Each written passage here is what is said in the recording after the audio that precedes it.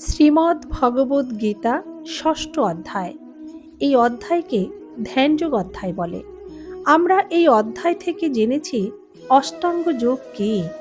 এই অষ্টাঙ্গ যোগ হল শারীরিক, মানসিক এবং আধ্যাত্মিক বিকাশের উন্নতির একটি মাধ্যম।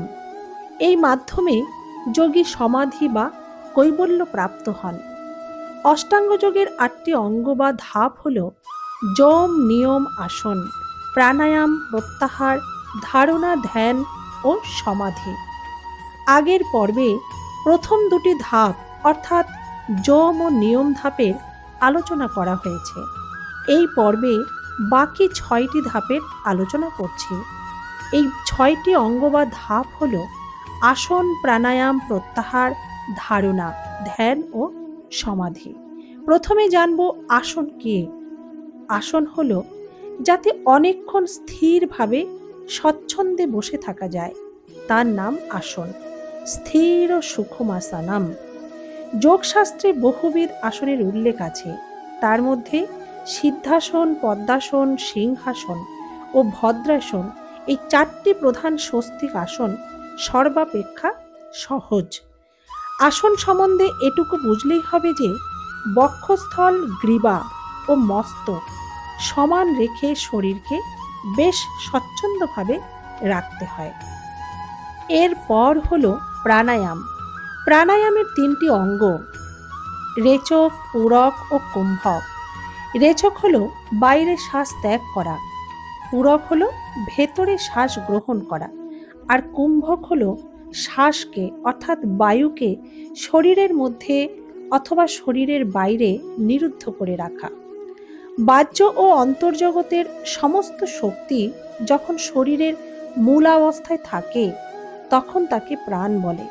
এই প্রাণই জগতের নানা প্রকার শক্তিরূপে পরিণত হয়ে থাকে। দেহ মধ্যে যে শক্তি স্নায়ুমণ্ডলীর ভেতর দিয়ে মাংসপেশিগুলির নিকট যায় এবং যা ফুসফুসকে সঞ্চালন করে তাই হলো প্রাণ। প্রাণায়াম সাধনে আমাদেরকে এই প্রাণকেই বশে আনতে হয়। এর পরের ধাপ হলো প্রত্যাহার। প্রত্যাহার হলো অষ্টাঙ্গ যোগের 5ম ধাপ। মন স্বভাবত চঞ্চল, অতএব অস্থির হয়ে মন যে যে বিষয়ে ধাবিত হয় সেই বিষয় হতে তাকে প্রত্যাহার করে আত্মাতেই স্থির করে রাখতে হয়। যোগশাস্ত্রের এই প্রক্রিয়াকে প্রত্যাহার বলে। আরেকটু বিস্তারিতভাবে যদি বলি, বিষয়ে প্রবৃত্ত অর্থাৎ শব্দ, স্পর্শ, রূপ, রস, গন্ধ, এই বিষয় থেকে ইন্দ্রিয়গুলিকে বলপূর্বক সরিয়ে মনের ভেতরে ফিরিয়ে আনাকেই প্রত্যাহার বলে। এর উদ্দেশ্য হল মনকে বাইরের বিক্ষিপ্ত বিষয় থেকে বিচ্ছিন্ন করে একাগ্র করা, যাতে পরবর্তী ধাপ ধারণার জন্য প্রস্তুত করা যায়। এরপর হলো ধারণা। ধারণা হলো অষ্টাঙ্গ যোগের 6ষ্ঠ ধাপ। ঋতপদ্মে, ভ্রু মধ্যে ও নাসাগ্রে অথবা কোনো দিব্য মূর্তিতে চিত্তকে আবদ্ধ রাখার নাম হলো ধারণা। সাধারণত যোগ শাস্ত্রে ধারণার 6টি স্থান নির্দিষ্ট করা হয়। এই স্থানগুলিকে শঠচক্র বলে। অষ্টাঙ্গ যোগের 7ম ধাপ হলো ধ্যান।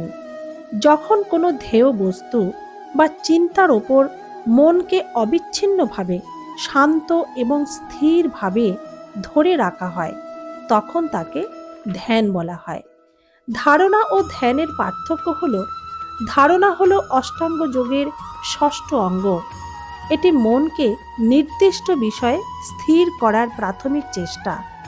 আর ধ্যান হলো যখন সেই চেষ্টা বা একাগ্রতা কোনো প্রকার বাধা বা বিচ্যুতি ছাড়া দীর্ঘ সময় ধরে স্থির থাকে তখন তা ধ্যানে পরিণত হয়। অষ্টাঙ্গ যোগের সর্বশেষ ধাপ হলো সমাধি। এটি যোগ সাধনার চরম উৎকর্ষ অবস্থা, যেখানে যোগী নিজের অস্তিত্বের সাথে মহাজাগতিক চেতনার মিলন অনুভব করেন। এই সমাধি হলো চিত্তবৃত্তির নিরোধের চূড়ান্ত পর্যায়। এই সমাধি 2 প্রকার, সম্প্রজ্ঞাত সমাধি এবং অসম্প্রজ্ঞাত সমাধি। সম্প্রজ্ঞাত সমাধিকে বলা হয় সজীব সমাধি, আর অসম্প্রজ্ঞাত সমাধিকে বলা হয় নির্জীব সমাধি। সম্প্রজ্ঞাত সমাধিতে চিন্তার বস্তুর ওপর চিত্ত বা মন স্থির থাকে এবং সম্যক জ্ঞান বা চেতনা বজায় থাকে। অসম্প্রজ্ঞাত সমাধি হল সর্বোচ্চ অবস্থা, যেখানে কোনো চিন্তার বিষয়ই থাকে না এবং মন সম্পূর্ণ একাগ্র হয়ে পুরুষ বা পরমাত্মার সাথে মিশে যায়। আর এই সমাধির মাধ্যমেই যোগী কৈবল্য বা মুক্তি লাভ করেন। ধন্যবাদ বন্ধুরা, এখানেই অষ্টাঙ্গ যোগের বর্ণনা বা বিশ্লেষণ সমাপ্ত। আমার এই বর্ণনা বা বিশ্লেষণ আপনাদের যদি ভালো লেগে থাকে, অবশ্যই আমার চ্যানেলটিকে সাবস্ক্রাইব করে পাশে থাকবেন। ভালো লাগলে লাইক, কমেন্ট ও শেয়ার করতে ভুলবেন না যেন। ভালো থাকবেন, সুস্থ থাকবেন। জয় শ্রীকৃষ্ণ।